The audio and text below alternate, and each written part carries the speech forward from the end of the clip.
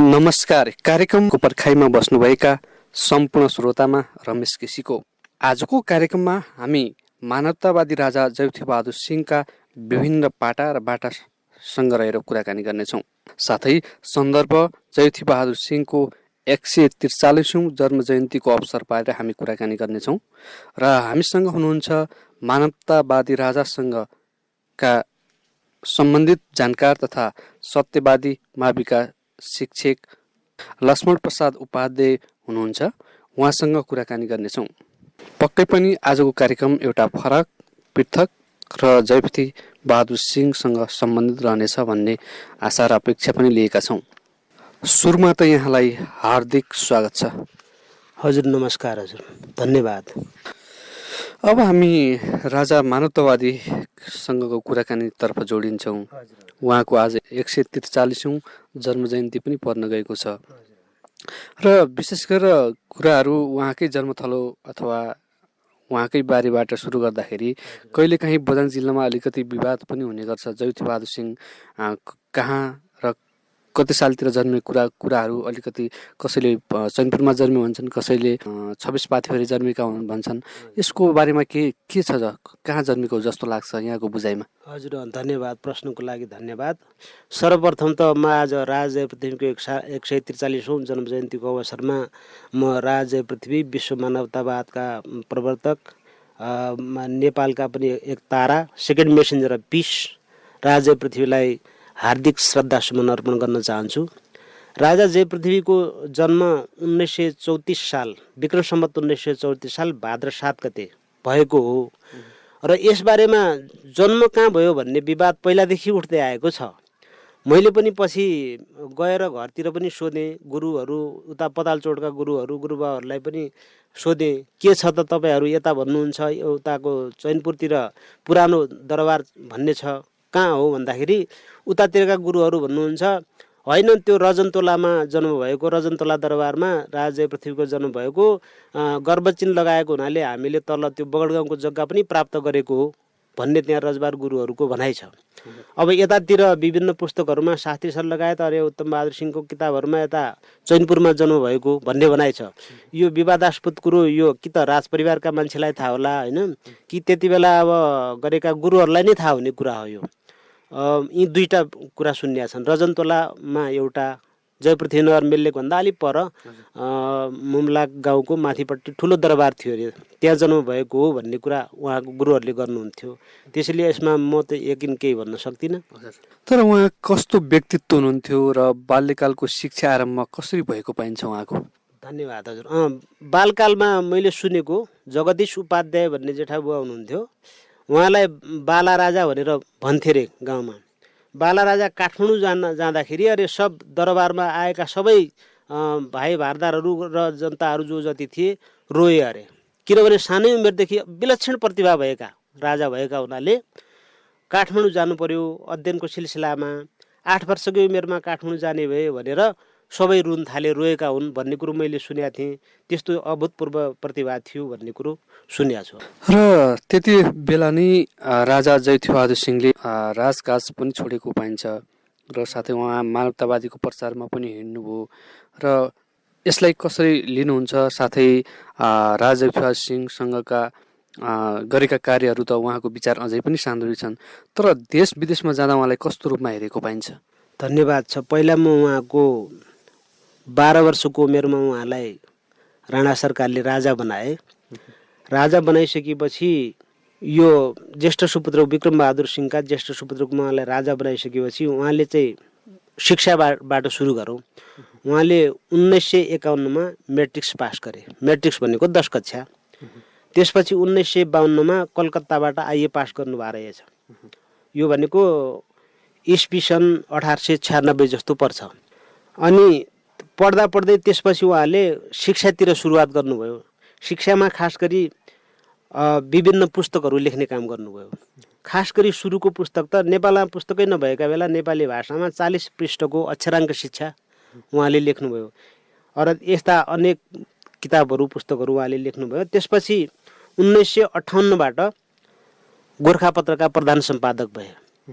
अनि गोरखापत्रको प्रधान सम्पादक हुनुका साथसाथै उहाँले गोर्खापत्रको सुरुमै के लेख्नु भएको छ भने संस्कृतको एउटा श्लोक, सर्वे भवन्तु सुखिन सर्वे सन्तु निरामया सर्वे भद्राणि पश्यन्तु मा कश्चित् दुःख भाग्जन भन्ने श्लोकबाट उद्घाटन गर्नुभएको छ। यसले चाहिँ विचार बुझिन्छ कि राजा पृथ्वी ठुलो मानवतावादी राजा, मानव प्रेमी, चराचर जगतमा यो कल्याण गर्नुपर्छ भन्ने कल्याणकारी राजा हुनुहुन्थ्यो भन्ने लाग्छ मलाई। यो त भयो उहाँले लेखेका कुराहरू। तर उहाँ विदेशमा जाँदा, जुन देश विदेशमा जानुभयो र विदेशमा जाँदाखेरि उहाँलाई हेर्ने दृष्टिकोण अथवा विदेशीहरूले अथवा त्यहाँका भनौँ त्यहाँका मान्छेहरूले हेर्ने दृष्टिकोण कस्तो पाएको देखिन्छ?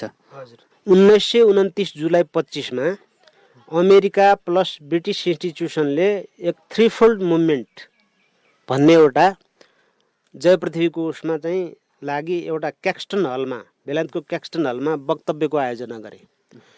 राजा जय पृथ्वी त ठुलो विद्वान अनि समाजशास्त्री, मनोवैज्ञानिक, राजनेता पो रहेछन् भन्ने कुरो उहाँले बुझ्या रहेछन्। उक्त प्रवचनमा उनले के भनेका थिए भने थ्रीफोल्ड भनेको union of waste and east एउटा, लिग अफ नेबर्स एउटा, फेलोसिप अफ फेथ, यी तीनटा कुरालाई जोडेर उहाँले विश्व मानवतावादको सन्दर्भमा वक्तव्य दिनुभयो, स्पिच दिनुभयो र संसारलाई तीन छक पर्ने गरी हामी मानव एउटै हौँ, जात जाति रङ्गभेद नीति अपनाउनु हुँदैन, यसले ठुलो हिंसा फैलाउँछ, मानिस बीचको द्वेष उत्पन्न गर्छ, त्यसैले हामी मिलेर बस्नुपर्छ, प्रजातान्त्रिक शैलीबाट मानिसका विचार बुझी जुक्ति र युक्तिले शासन अपनाउनुपर्छ, लडाइँ गर्नुहुन्न भन्ने जस्ता शब्दहरूले उनको मानवतावाद झल्काएको हुनाले विश्वका मानिसहरू उहाँलाई ठुलो जनप्रेमी व्यक्तित्व, नेता, राजनेता, अर्थशास्त्री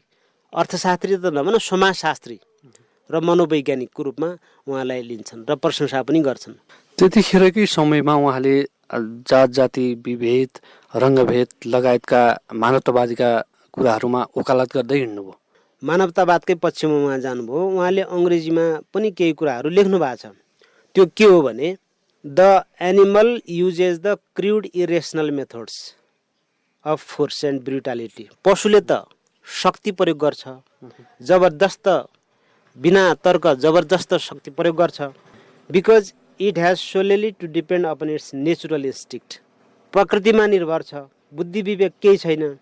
but man possesses reason and deliberation is in position to employ better and more effective method. तर मानिससँग बुद्धि विवेक छ, यसले नयाँ नयाँ विधि पद्धति र तर्कहरू दिएर एनिमलको भन्दा माथि रहेर हामीले काम गर्नुपर्छ।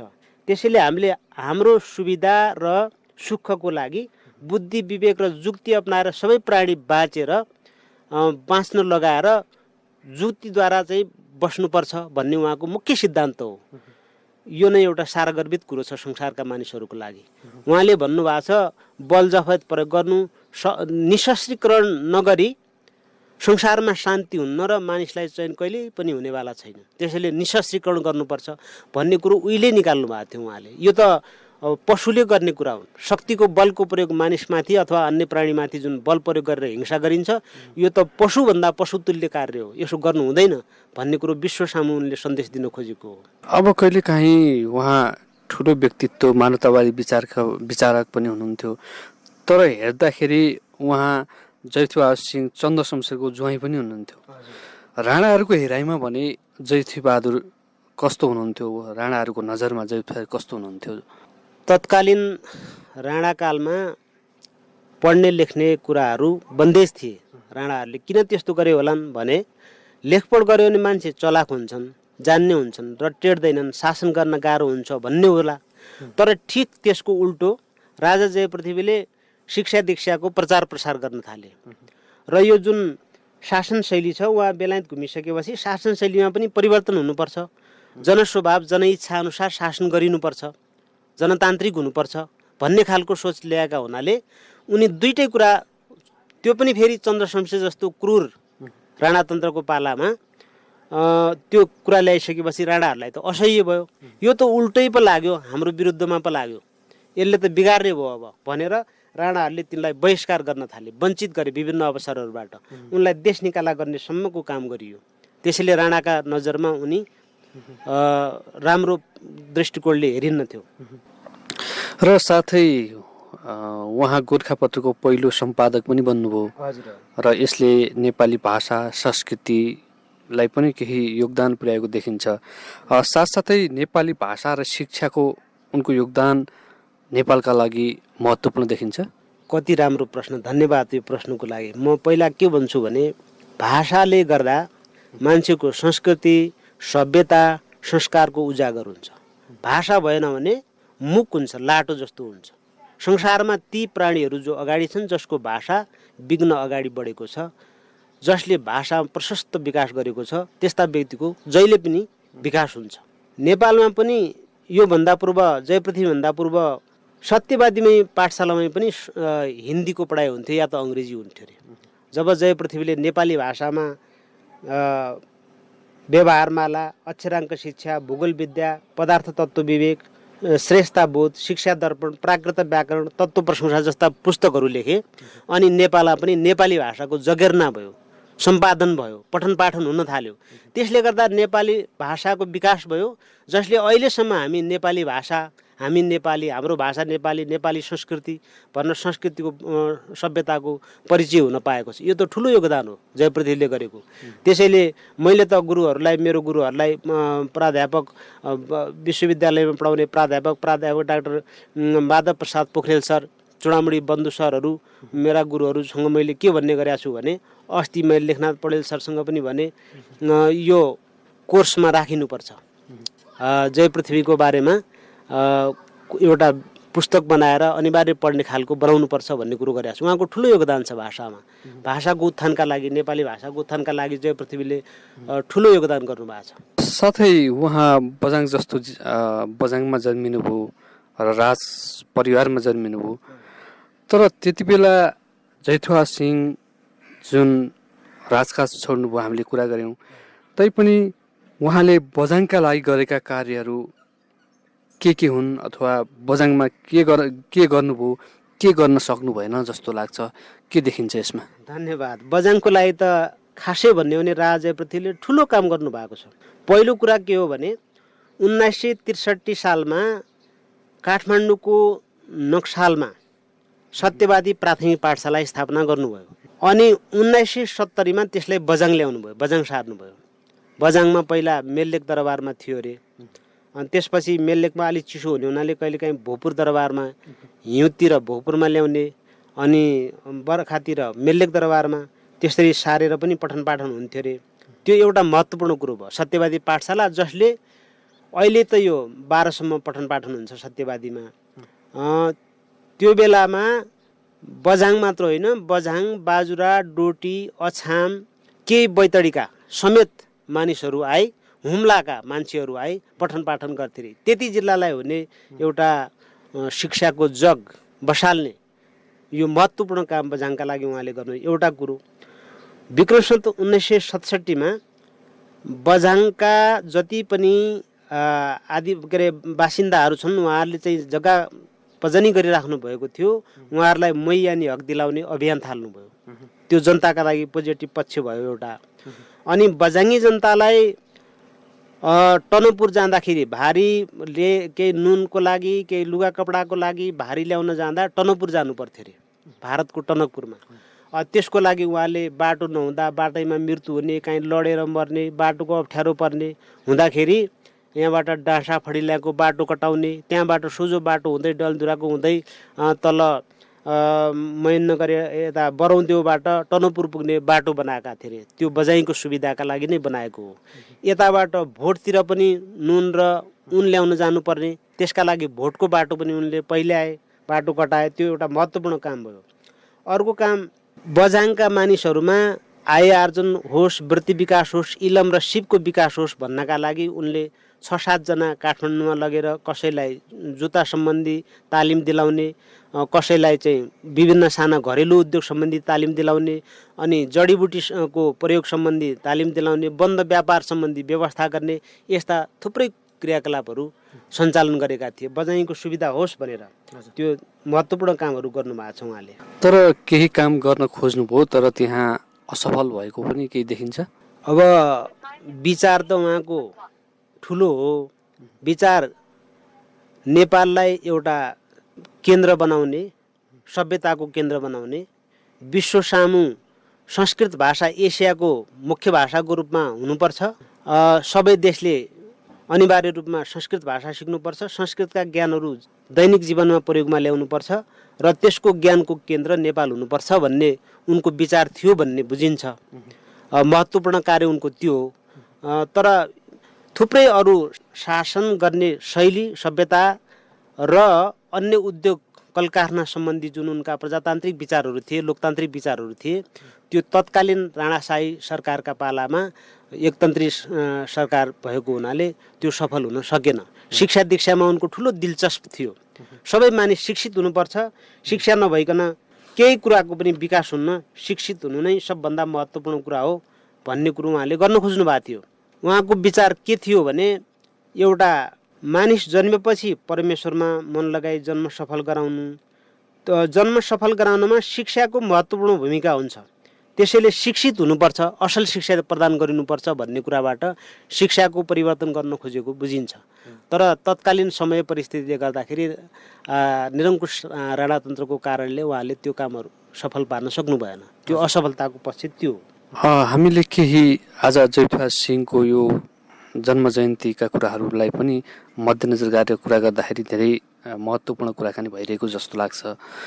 र साथै यति बेलामा विशेष उहाँको कुरा उठ्ने गर्छ, तर अघि पछि उहाँलाई बिर्से जस्तो पनि देखिन्छ। र उहाँलाई विभूति घोषणा गर्नुपर्ने कुराहरूमा यहाँको धारणा विचार के हो, अथवा यसमा जयप्रकाश सिंहलाई विभूति घोषणा गर्नु उचित हुन्थ्यो या हुँदैन थियो? तर गरिएको देखिँदैन। कतिपयले विभूति घोषणा गर्नुपर्छ भनेर पनि भन्ने गरिन्छ बेलामा। धन्यवाद। अब राजा जयपृथ्वी जस्तो महत्त्वपूर्ण व्यक्तित्व, संसारकै एक सेकेन्ड मेसेन्जर अफ पिस, शान्तिका दोस्रा दूत, जसले विश्वलाई शान्तिको सन्देश दिलाउन सफल भए, शान्तिको सन्देश दिलाए, त्यस्ता व्यक्तित्व नेपालले नचिनेको हो कि बझाङबाटै पनि पहल नथालेको हो कि नेपाल सरकारले पनि पहिचान गर्न नसकेको हो कि हामीले त बेला कुरा राख्दै आएका छौँ। जहाँ पुग्यो जहाँ गयो आफ्नो परिस्थिति पर्ने बित्तिकै यो हुनुपर्छ, राजा पृथ्वीलाई राष्ट्रिय विभूति घोषणा गरिनुपर्छ भन्ने कुरो गरेका छौँ। नेपाल सरकारले अनिवार्य गर्नुपर्छ। त्यस्ता व्यक्तित्व संसारमा बिरलै भेटिन्छन्। गौतम बुद्ध पछिका दोस्रा शान्तिका दूत भनेका नै राजा जयपृथ्वी हुन्। उनले विश्व मानव समुदायलाई शान्तिको पाठ सिकाएका थिए। पश्चिमा मुलुकहरूलाई तपाईँहरू किन युद्ध गर्नुहुन्छ, यसो पाशविक युद्ध गरेर काम हुँदैन, हामी मानव हौँ, we are one in the world, some are whites, some are blacks, some are sad and happy, some are gloomy and some are sad, why ain't to glad. हामी सबै एकै हुने, किन रङ्गभेद, किन जातीय भेदभाव भन्ने कुरो उहाँले गर्न खोज्नु भएको हो। त त्यसो भएको हुनाले नेपाललाई त उहाँले ठुलो योगदान गर्नुभयो। नेपाली भाषाको विकास गरेर, विभिन्न पुस्तकहरू निर्माण गरेर नेपाली भाषामा लेखिदिएर, शासन शैली सिद्धान्त र शिक्षा दीक्षा, शान्तिका सन्देश फिजाएर विश्व सामु, यहाँ मात्र होइन, भारतको जय भवन बेङ्गलोरबाट the flag of peace, the fellowship of faith जस्ता महत्त्वपूर्ण ठुल्ठुला शान्तिका नाराहरू, सिद्धान्तहरू छाँटेर उहाँले विश्वलाई असल मानव भएर जिउन सिकाएको हो। त्यसैले नेपालले यो बिर्सेको हो कि व्यवस्था गरेको हो कि वा छेउतिर किनारामा जन्मेको पश्चिम सुदूरपश्चिम नेपालको बझाङ जस्तो विकट एरिया जन्मेको कसले गिन्ती गर्छ भन्ने हो कि नेपालका काठमाडौँमा बसेकाहरूलाई, वा के कारणले हामी पछाडि परेका हौँ, यो चाहिँ गरिनुपर्छ भन्ने मलाई लाग्छ। अनिवार्य रूपमा राष्ट्रिय विभूतिको रूपमा घोषणा गरिनुपर्छ। उहाँका पुस्तकहरू पठन पाठनमा ल्याइनुपर्छ, विकसित र परिमार्जन गरिनुपर्छ भन्ने मलाई लाग्छ। सुदूरपश्चिमाञ्चल विश्वविद्यालयले त उहाँको कोर्स ब्याचलर डिग्री मास्टर डिग्रीसम्म राख्नुपर्छ भन्ने मेरो सोचाइ छ। मैले त्यो कुरा गर्छु भन्ने लागेको छ। अहिलेका वर्तमान भेसी बझाङकै हुनुभएकोले प्रोफेसर डाक्टर अमराज जोशी भेसी उहाँ महान प्राज्ञिक व्यक्तित्व भएका हुनाले म भेट हुने बित्तिकै जयपृथ्वीको पुस्तकहरू, उहाँको सैद्धान्तिक विचारहरूलाई परिमार्जित परिष्कृत गरेर के कति माथिल्लो लेभल अध्ययन अध्यापन गराउन सकिन्छ त्यो पनि गर्नुपर्छ र चाहिँ राष्ट्रिय विभूतिको रूपमा पहिल्याउनुपर्छ, राख्नुपर्छ भन्ने प्रश्न के अरे मेरो चाहिँ राख्छु, जिज्ञासा राख्छु भन्ने मैले लागेको छ। र उसो त जयथी बहादुर सिंहको नामबाट धेरै कुराहरू यहाँ आएको देखिन्छ। जस्तै हेर्ने हो भने उहाँले जयथी क्याम्पस उहाँकै नामबाट नामाङ्करण भएको पाइन्छ। त्यसै गरी अहिलेदेखि जयपृथ्वी नगरपालिका पनि उहाँकै नामबाट नामाङ्कन गरेको देखिन्छ। तर स्थानीय सरकार अथवा बझाङ जिल्लाले पनि उहाँलाई सम्झन नसकेको हो। बझाङमा जयपृथ्वीको बारेमा शिक्षा प्राप्त गर्ने, जयपृथ्वीले के काम गरे, तिनका उद्देश्य के थिए, तिनले मानिसमा कस्तो किसिमको व्यवहार रुचाएका थिए, हुनुपर्छ भन्ने बारेमा घर परिवारमा, विद्यालयमा, पठन पाठनका क्षेत्रमा सबै सुसूचित भएनौँ। हामीले छोराछोरीलाई त्यो ज्ञान प्रसारण गर्न सकेनौँ। त्यसैले अहिलेको जुन हामीहरू छौँ, हामीमा पनि जयपृथ्वीको बारेमा अल्प ज्ञान नै छ। नामसम्म सुनेका छौँ। जयपृथ्वी डे मनाइने हुनाले, दिवस मनाइने हुनाले अलिअलि नाम सुनियो, तर ज्ञान के हो उहाँले खासै दिनुभएको त्यो पहिचान हुन नसक्दाखेरि स्थानीय तहमा, नगरपालिका वा गाउँपालिका क्षेत्रमा र अन्य जिल्ला तहमा हामीले उहाँलाई चाहिँ पहिचान गर्न नसकेकै हो। उहाँका चाहिँ सिद्धान्तहरू हामीले अवलम्बन गर्न नसकेकै हो भन्ने मलाई लाग्छ। त त्यसैले उहाँलाई पहिचान गरेर उहाँले गर्न खोजेका थुप्रै कुराहरू छन्। म अहिले यसै कार्यक्रम मार्फत म हजुरलाई भन्न चाहन्छु। केही कुराहरू मैले नोट गरेको छु। धेरै महत्त्वपूर्ण र सारगर्भित कुराहरू छन् जुन जीवनका हरेक पक्षमा, हरेक समयमा, हरेक मिनट सेकेन्डमा, हरेक युगमा काम लाग्ने महत्त्वपूर्ण कुराहरू छन्। त्यसैले यो पहिचान हुनुपर्छ। उहाँको मर्यादा सिद्धान्त अनुसार हामीले काम गर्नुपर्छ भन्ने मलाई लाग्छ। अब हुन त जयपृथ्वी बहादुर सिंहले धेरै पुस्तकहरू पनि लेख्नुभयो। उहाँ अघि नै कुरा गऱ्यौँ, गोर्खापत्र जस्तो पत्रिकाको पहिलो सम्पादक हुनुभयो। तपाईँलाई लाग्छ या जयपृथ्वी बहादुर सिंहले लेखेका पुस्तकमध्ये यो पुस्तक पढ्नै पर्ने जस्तो लाग्छ केही श्रोताहरूका लागि अथवा पाठकहरूका लागि? त्यो चाहिँ महत्त्वपूर्ण कुरा हो। उहाँले थुप्रै 16-18वटा पुस्तकहरू लेख्नुभयो। त्यसमा अक्षराङ्क शिक्षा एकदम महत्त्वपूर्ण हो, जुन तत्कालीन समयमा त्यसको साह्रै महत्त्व थियो। पहिलो पुस्तक पनि हो। त्यसमा तत्त्व विवेक, पदार्थ तत्त्व विवेक भन्ने छ। त्यो विज्ञानसँग सम्बन्धित छ। एकदम महत्त्वपूर्ण कुरो। त्यसले गीताको सन्देश दिन खोजेको कुरालाई समेत साभार गरेको जस्तो देखिन्छ।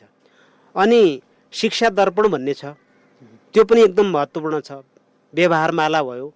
यी तत्त्व प्रशंसा छ एउटा एकदम महत्त्वपूर्ण। कुनै मनोविज्ञानसँग सम्बन्धित छन्, कुनै विज्ञानसँग सम्बन्धित छन्, कुनै समाजशास्त्रसँग सम्बन्धित छन्। भूगोल विद्या आधारभूत कक्षामा त यो पठन पाठन गराउन सकिने भूगोल विद्या भन्ने महत्त्वपूर्ण किताब। त्यसैले हरेक किताबहरू साह्रै महत्त्वपूर्ण छन्। यो अध्ययन अध्यापन गराइनुपर्छ भन्ने मलाई लाग्छ।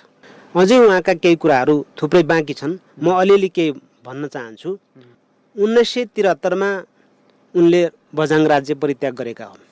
विक्रम सम्वत 1973मा त्यो राज्य परित्याग गर्दाखेरि मैले सुनेको बुढापाकाहरूबाट सबै बझाङीहरू रोए रे।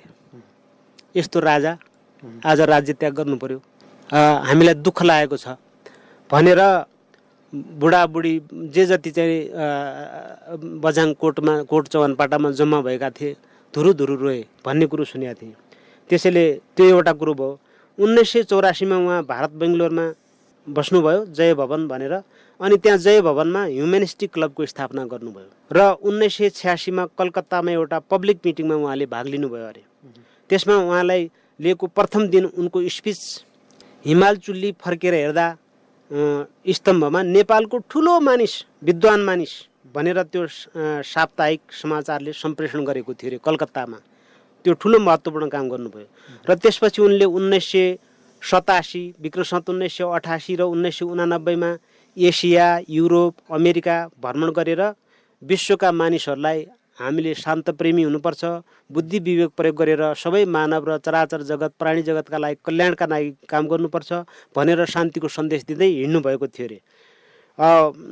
त्यो सनमा भन्दाखेरि 1929 इस्वी सम्मत 1929 देखि 33सम्म विश्व भ्रमण गर्नुभयो।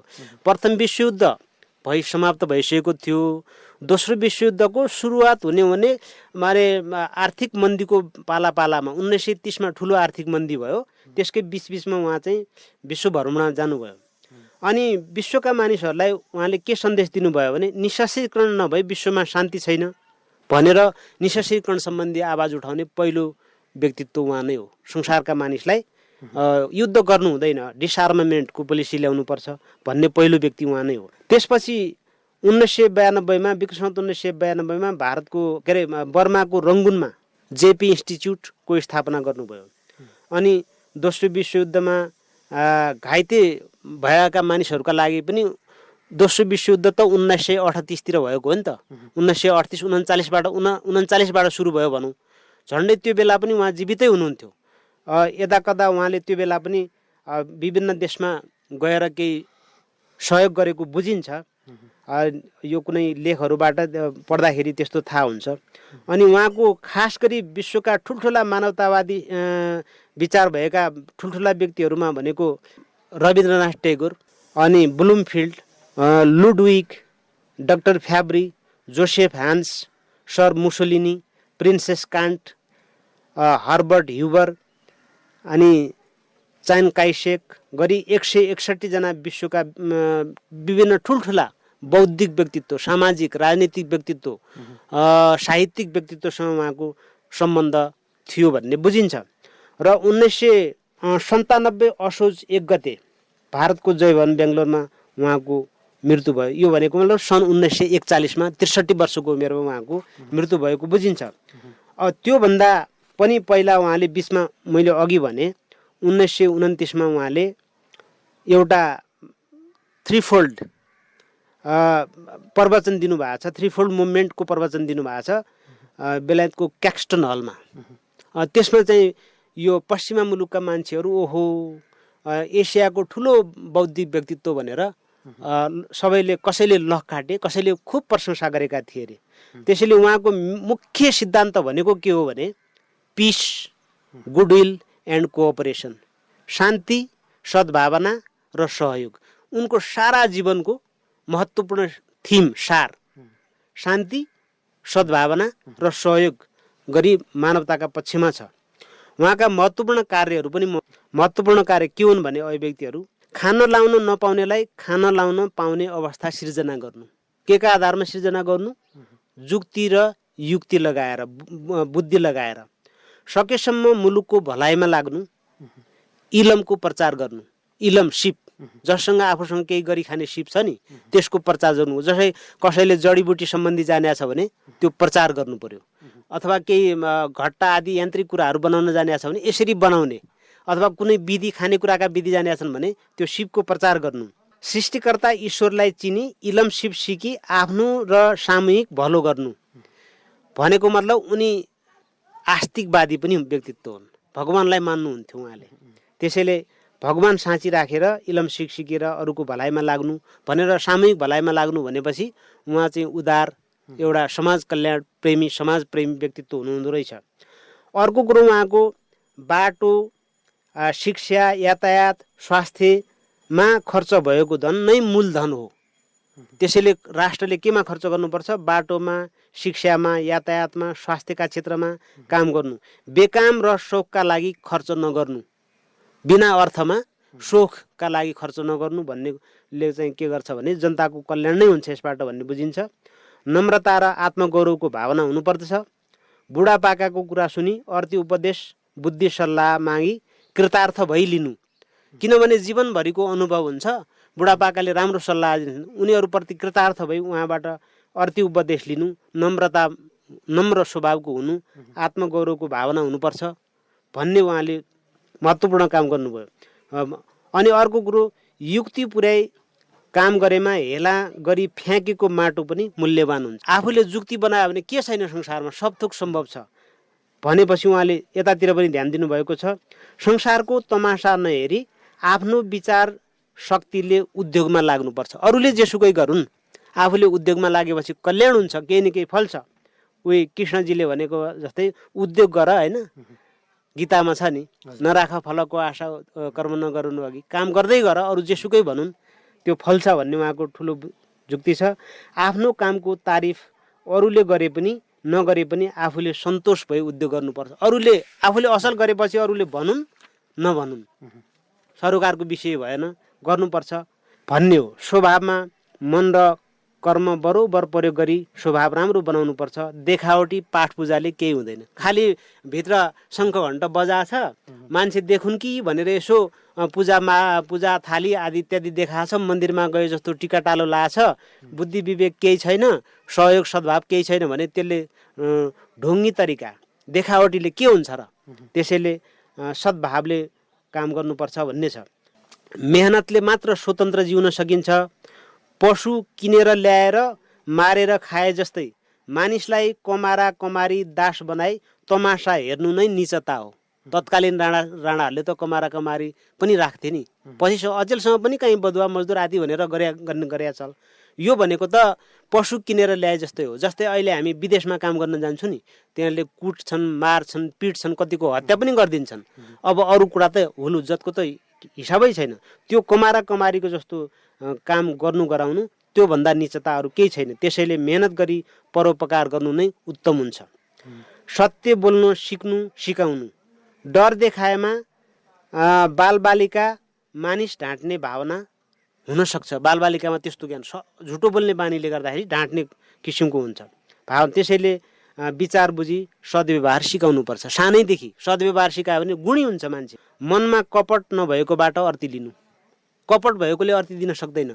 कि पुराना कुरालाई बङ्ग्याएर, कि आफ्नो तरिकाले, कि असजिलो पर्ने तरिकाले व्यक्त गर्ने भए, जसले धन सम्पत्तिमा, सुरा सुन्दरीमा, आफ्नो वंश परम्परामा महत्त्व दिन्छ नि, त्यो मान्छेले सत्य कुरो बोल्न सक्दैन।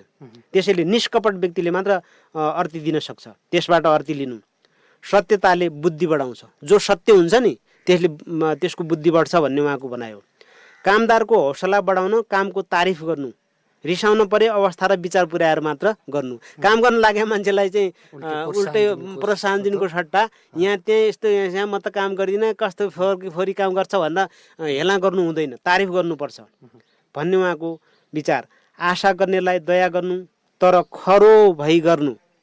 दया त गर्नुपर्छ, तर कस्तो भने खर्र आफूले विभिन्न अत्तो थाप्ने पछि भन्ने मैले यसो गरेँ, मैले तिमीलाई यसो गर्छु भन्ने आदि नाना थरी अपवाद लाएर चाहिँ सहयोग गर्नु राम्रो होइन।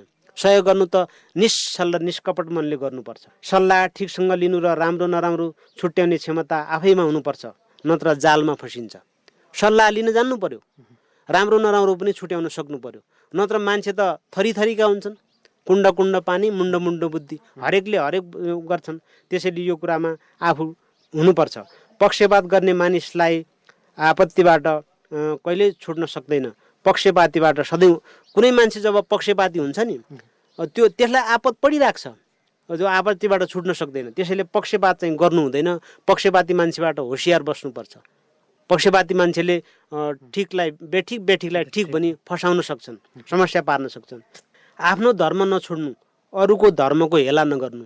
किन आफ्नो पैतृक र सनातनी जस्तै हामी हिन्दू सनातन धर्मवाला छु, आर्य सभ्यताका मान्छेहरू, हामीले अरूको धर्म पक्डन थाल्यौँ भने घरको न घाटको धोबीको कुरो भइन्छ। त्यसैले आफ्नो धर्म पनि नछाड्नु, सनातन धर्म सम्हालिराख्नु जति सक्यो। यति गर्नै पर्छ भन्ने होइन, तर सम्हालिराख्नु र अरूको धर्मको हेला नगर्नु। अरूले पनि आफ्नो प्रशंसा गर्न चाहन्छन् नि, त्यसैले अरूको यसले के बुझिन्छ भने टोलरेन्स, धार्मिक सहिष्णुता। Always brings only good to everyone. धार्मिक सहिष्णुताले सबैलाई असल बनाउँछ। Might is right. शक्ति नै भक्ति भन्ने कुरो the principle not of man but of the brute life. पशुहरूको मात्र हो शक्ति नै भक्ति, मानिसको होइन। त्यसैले peace causes not by pact and treaty but by every human solemnity. शान्ति केबाट मात्र निर्माण गर्न सकिन्छ भने सन्धि गरेर, हस्ताक्षर गरेर, ठुल्ठुला मानवाधिकारका विश्वव्यापी घोषणा भनेर सन् 1948 का त्यो विश्वव्यापी मानवाधिकार घोषणापत्रमा सन्धि गरेर हुँदैन। सन्धि गर्नलाई त के हुनु पर्यो भने निशस्त्रीकरण गर्नु पर्यो। अहिले अमेरिका, चाइना, रसिया, फ्रान्स जस्ता ठुल्ठुला राष्ट्रले अग्न्यास्त्र, क्षेप्यास्त्र, एटमिक वेपन, क्रुज मिसाइल, यस्ता स्कड मिसाइलहरू बनाएछन्। त्यसले मानिसको घान गराउँछ। अब जापानको हिरोसिमा नागासाकीमा पड्काएका बमको कुरा गर्नुहोस्, कयौँ मान्छेको घान। यस्ता क्रूर अमानवीय सभ्यता र शिक्षाले के गर्नु? त्यसले जय पृथ्वीले यो सबै हटाइकन हामीले गम्भीर भएर मानव भएर बाँच्नुपर्छ भन्ने कुरो सिकाउनु खोज्नु भएको छ। हजुर, र धेरै महत्त्वपूर्ण कुराहरू, धेरै अहिले पछिल्लो पुस्तालाई पनि केही सिक्ने अथवा बुझ्ने कुराहरू यहाँले स्पष्ट रूपमा राखिदिनु भयो। अन्तिममा बझाङवासी अथवा केही श्रोताहरू होलान्, उहाँहरूलाई के भन्नुहुन्छ संक्षेपमा? हजुर, म सम्पूर्ण बझाङवासी दाजुभाइ दिदीबहिनी सबै मेरा प्यारा सबै इष्ट कुटुम्ब भयभरका बझाङका आफ्ना सज्जनहरूलाई के भन्न चाहन्छु भने शिक्षा नै सभ्यताको मूल जर हो, तत्त्व हो।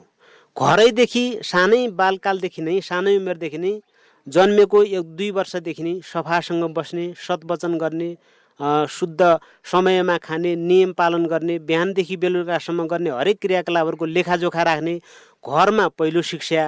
दोस्रो शिक्षा घरका आँगनमा, त्यसपछि ओल्ला घरमा, पल्ला घरमा, गाउँमा, त्यसपछि ओल्लो समुदाय र पल्लो समुदायमा गरी यसरी हामीले सुरुवात गरौँ र बझाङमा जय पृथ्वीको नारा पनि सफल हुन्छ। सद्वचन विश्वभरका समुदायका मानिसहरू बझाङमा आउँदा ओहो कति ज्ञानी गुणी रहेछ भन्ने हरेक बझाङ्गीले सद्वचन गर्ने, सफा सुग्घर बस्ने, जानेको ज्ञान बाँड्ने, कल्याण गर्ने, आएका पाहुनापासीको सही तरिकाले उच्च आदरका साथ सम्मान गर्ने आदि चाहिँ आतिथ्य सत्कार जान्यो भने घर परिवारमा बच्चाहरूलाई नियम अनुशासनमा बसी शिक्षा लिने, शिक्षा प्राप्त गर्ने तरिकाहरू सिकायौँ भने हाम्रो जीवन त्यसैमा रमाइलो छ। त्यसैले दाजुभाइ दिदीबहिनीहरूलाई यसरी सत्मार्गमा लगाउन पाए हुन्थ्यो भन्ने छ। मैले त मेरो सत्यवादीका बालबालिकाहरूलाई जय पृथ्वी बाल क्लब भनेर हामीले क्लब पनि बनाएका छु। म हरेक दिन कक्षा कोठामा प्रवेश गर्ने बित्तिकै केही जय पृथ्वीका, केही गीताका, केही अन्य पुराना ऋषिमुनिहरूका सार संक्षेपका केही ज्ञानका कुराहरूलाई लिएर क्लासमा भन्ने पनि गर्छु र कयौँ बच्चाहरूले त्यस्तो अङ्गीकार गरेको पनि बुझिन्छ। मलाई देश विदेशबाट पनि ती कुराहरू आउँछ। त्यो हजुरले भने, गुरुले भनेका कुरा अहिलेसम्म पनि याद हुन्छ, त्यसैले गर्दा म सफल भएको छु भन्ने कुरो पनि आउँछ।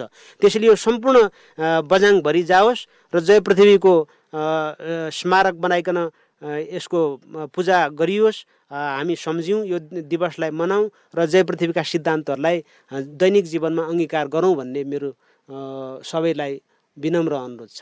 हुन्छ, यो कोभिडको कारणले गर्दाखेरि यो विपद आएको छ विश्वभरि, त्यसका कारण पनि यो जन्म जयन्ती, जयथवासीको जन्म जयन्ती उसै त उजेलमा परेको देखिन्थ्यो, तर पनि यसरी उजेलमा परेको हो कि भन्ने भानका कारणले गर्दाखेरि यो मिडिया मार्फत पनि धेरैलाई बुझ्ने र एकैचोटि जान्ने जुन आफ्ना विचार धारणा र उहाँप्रति उहाँले गरेका योगदानको बारेमा जानकारी गराइदिनु भयो, त्यसको लागि पनि यहाँको समयका लागि पनि हार्दिक आभार व्यक्त गर्न चाहन्छु। म हजुरले यस्तो महत्त्वपूर्ण अवसर दिनुभयो, अकस्मात भयो, केही कुराहरू मिलाएर भन्नु पर्थ्यो। बझाङमा र अन्य श्रोतागणहरूमा यो सन्देश पुर्याउनलाई सहयोग गर्नुहुने तपाईँलाई पनि हार्दिक आभार प्रकट गर्दछु। पुनः यो जय पृथ्वीको 143औं जन्म जयन्तीको अवसरमा पुनः म राज जय पृथ्वीप्रति हार्दिक श्रद्धाञ्जली अर्पण गर्दै सारा बझाङवासी जनता दाजुभाइहरूलाई यो जय पृथ्वीका सन्देशहरू पालन गरौँ, हाम्रो सनातन संस्कृति परम्परा अनुसार हामीले सभ्य व्यवहार गरौँ। विश्व सामु बझाङ एउटा महत्त्वपूर्ण ठाउँ रहेछ, बझाङ सभ्य सुसंस्कृत भएको ठाउँ रहेछ, राज जय पृथ्वीको ठाउँ रहेछ भन्ने तिर हामी लाग्यौँ भने अझ बझाङको विकास हुन्थ्यो र यो जय पृथ्वी जयन्ती यसरी बझाङ जिल्लाभरि नै एकसाथ मनाउँ भन्ने अनुरोध गर्दै हजुरलाई पनि धन्यवाद दिन चाहन्छु। जयथवा सिंह सम्बन्धी विभिन्न जानकार राख्ने व्यक्तित्व साथै सत्यवादी माविका शिक्षक लक्ष्मण प्रसाद उपाध्याय रहनुभयो। आजको हाम्रो कार्यक्रम तपाईँलाई कस्तो लाग्यो? जस्तो लाग्यो त्यस्तै सुझाव सल्लाह र प्रतिक्रिया दिनुहोला। त्यसको लागि मोबाइल नम्बर 9848 44 82 64 पनि दिन सक्नुहुनेछ। आजको कार्यक्रम पक्कै पनि फरक र पृथक लाग्यो भन्ने हामीले अपेक्षा लिएका छौँ। आजको कार्यक्रमबाट भने म रमेश केसी बिदा हुन्छु। नमस्कार।